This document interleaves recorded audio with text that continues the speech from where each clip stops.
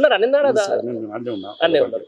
ఏమైంది సార్ అక్కడ మీరు అసలు ఏంటంటే పోచారం శ్రీనివాసరెడ్డి దగ్గరికి మా ఎవరు రేవంత్ రెడ్డి వస్తున్నారని పుకారాలు వేసింది. లేవగానే మా అందరూ తెలియగానే మేము అందరం ఉరికినాం. ఉరికి రేవంత్ రెడ్డి దగ్గర కాదు, మేము పోచారం శ్రీనివాసరెడ్డిని అడుగుదాం, ఎందుకు పోతున్నావు, నీకు ఏం తప్పు ఉన్నది, ఏం ప్రాబ్లం ఉన్నది, ఎందుకు పోతున్నాం అడుగుదేందుకే మేము సామరస్యంగా ప్రేమతో పోయినాం. పోతే ఏంటంటే వాళ్ళందరూ ఏమో చేసేటట్టుంది, వాళ్ళు గుర్తురు బాలకృష్ణ వస్తుండు, మన పిల్లగాళ్ళు అందరూ వస్తున్నారు అని వాళ్ళు బాగా అరాచకం చేసి మొత్తం గుండాలను 10, 20, 50 మందిని తిప్పించాడు. బాడీ గార్డులు అందరూ బౌన్సర్లు అందరూ బౌన్సర్లు వచ్చేసి రేవంత్ రెడ్డి చెప్పేసాడు. ఇదంతా ఇంకెళ్ళి రేవంత్ రెడ్డి చరిత్రనే. ఆల్రెడీ పోచారం శ్రీనివాసరెడ్డి చెప్పేసాడు, నేను కలుస్తా ఖచ్చితంగా నువ్వు వచ్చేసి అని చెప్పుకుని లోపలనే అయిపోయింది. అది వాళ్ళకి కమిట్మెంట్ అయింది. అయినా గమ్మని తెలిసినాక గట్టిగా పోయి అడుగుదాం, ఎందుకు పోతున్నావు, నీకు ఏం ప్రాబ్లం ఉంది, నీ కొడుకులకు ఏమైనా ప్రాబ్లం చేసినా, నీకేమైనా ప్రాబ్లం చేసినా, సారుకు దేవుని అంటివి, సారసుంటి మనిషి దొరకడంటివి, ఇటువంటి దత్తపుత్రుడు కానీ ఎన్నో పేర్లు పెడుతుంది సారుకు. ఇన్ని చేసి అనుభవించి ముసల్దానానికి సత్యం ముందు నువ్వు పోయి అల్ల పోయి అల్ల కలిసేది, ఇంకా నీకు పదవి కాంక్ష, ఇంకా నీకు ఆశ ఉన్నది, ఇంకా వయస్తున్న 30 ఏళ్ళ లెక్కన చెప్తున్నాడు, ఇది పద్ధతి కాదు, ఇది మంచి పద్ధతి కాదని అడుగుదామని పోయినాం సార్. ఇక ఆయన వాళ్ళు మీద పడి ఆ పిల్లగాలను కొట్టిరు చేసిరు. అడుగు గుంజులాట ఇటు గుంజులాట బాగానే అయింది. ఆ పిల్లగాని బాగానే దెబ్బలు తాకినాయి. బాలకృష్ణ కూడా బాగానే అది చేసాడు, సొచ్చుకొప్పే ప్రయత్నం చేశాడు. ఆయన కూడా దెబ్బ తాకింది. గెలసీను బాలకృష్ణ అయితే లోపలికి ఒక 2 నిమిషాలు 5 నిమిషాలు అయితే లోపల దొరుకుతుండే.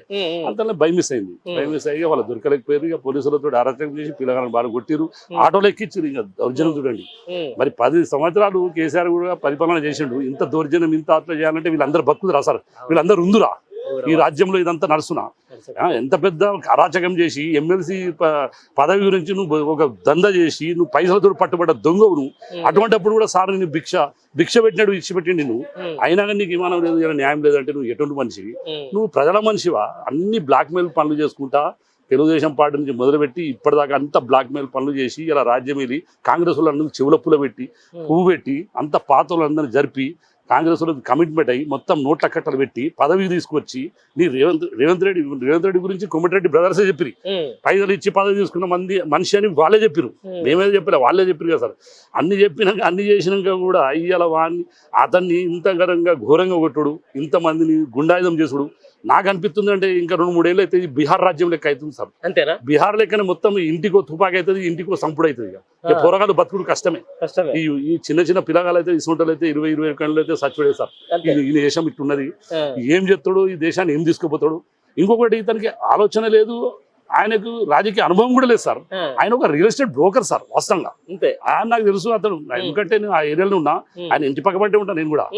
కాకపోతే మొదలు ఇప్పుడు అమ్ముకొని పోయింది కానీ రంగదానం చేసి అది అమ్ముకున్నాడు. 4 ఫ్లోర్ వేసి ఉండే. అయితే వాళ్ళ తమ్ముడు కూడా తెలుసు నాకు, తిరుపతి రెడ్డి, ఆయన కూడా చాలా క్లోజే. కానీ వీళ్ళ చరిత్రలు అన్నీ తెలుసు, ఎందుకంటే మా అత్తగారు పరిగే. అందు గురించి నేను నా ప్రాపర్ సిద్దిపేట సార్. అసలు వాస్తవానికి అయితే సిద్దిపేట సార్ తోటి నేను 1986 నుంచి ఉన్నా.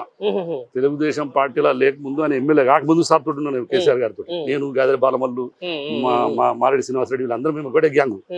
కాకపోతే ఏంటంటే ఇతని అరాచకం ఏంది, ఇతని ఆలోచన ఏంది, ఎందుకు ఇట్లా చేస్తున్నావు? చలో తప్పు జరిగిందో జరగలేదు, నువ్వు అందరిని అనుకుని ఏం చేయదలుచుకున్నావు? నువ్వు మొత్తం చంద్రబాబు గైడ్స్ లా చంద్రబాబు ఆలోచన మీదకెళ్ళి నడుస్తున్నావు సార్ నువ్వు మొత్తం, నాకు అనిపిస్తుంది. ఎందుకంటే ఇక్కడ మళ్ళా వీళ్ళకు ఈ ఆందోళనకు మళ్ళా కన్నుబడ్డది. కన్నుబండి ఏం చేస్తున్నట్టే ఈ రేవంత్ రెడ్డిని అడ్డం పెట్టుకుని మళ్ళీ రాజకీయాలు, ఈ రాజకీయాలు చేసుడు, ఈ సన్యాసంతరం చేసుడు, ఈ బ్రోకర్తనం చేసుడు, ఈ లావాదేవీలు, ఇవే దందలు.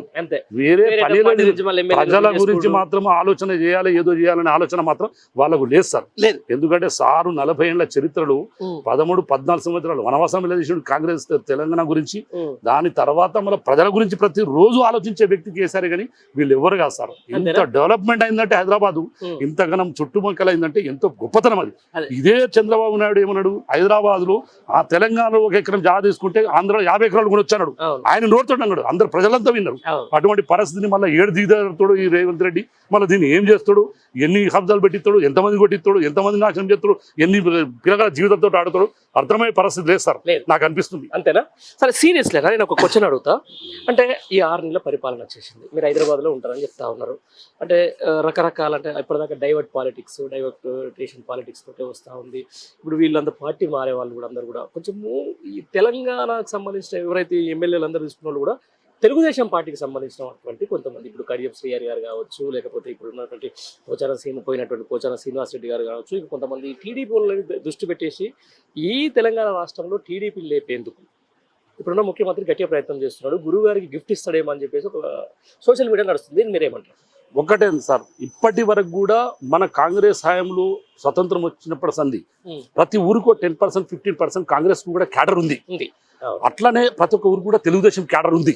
ఒక 10% 5% పోలే. ఇంకా ఆ క్యాడర్ ఏంటంటే ఈ పాతోళ్ళందరూ గ్యాంగ్ వీళ్ళందరూ మెయింటైన్ చేశారు కాబట్టి దీన్ని కిందికి వెళ్ళి తీసుకురావాలంటే ఈ పాతోళ్ళందరినీ కలుపుకొని పోతే బాగుంటుంది అనేది ఆలోచన చంద్రబాబు నాయుడు.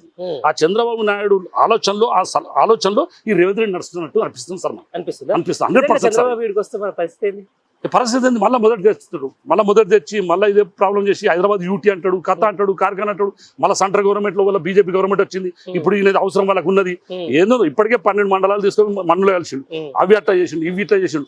ఎటు పెట్టి మా తెలంగాణను మమ్మల్ని నాశనం చేసేందుకే మోపారు సార్. అంతేనా? ఫస్ట్ పాయింట్ ఈ చంద్రబాబు దురదృష్టానికి ఆయన వచ్చుడు మన దురదృష్టం. రెండోది ఏంటంటే ఈ దురదృష్టుడు వీడు వచ్చుడు మన నష్టం. మనకు మాత్రము 20 ఏళ్ళు ఎట్లయితే మనం ముంగడిగా పోయినామో 20 ఏళ్ళు ఆంధ్ర ఎట్లా పోయిందో ఇప్పుడు మళ్ళీ 20 ఏళ్ళు ఇంకా మనం తెలంగాణ పోతుంది సార్.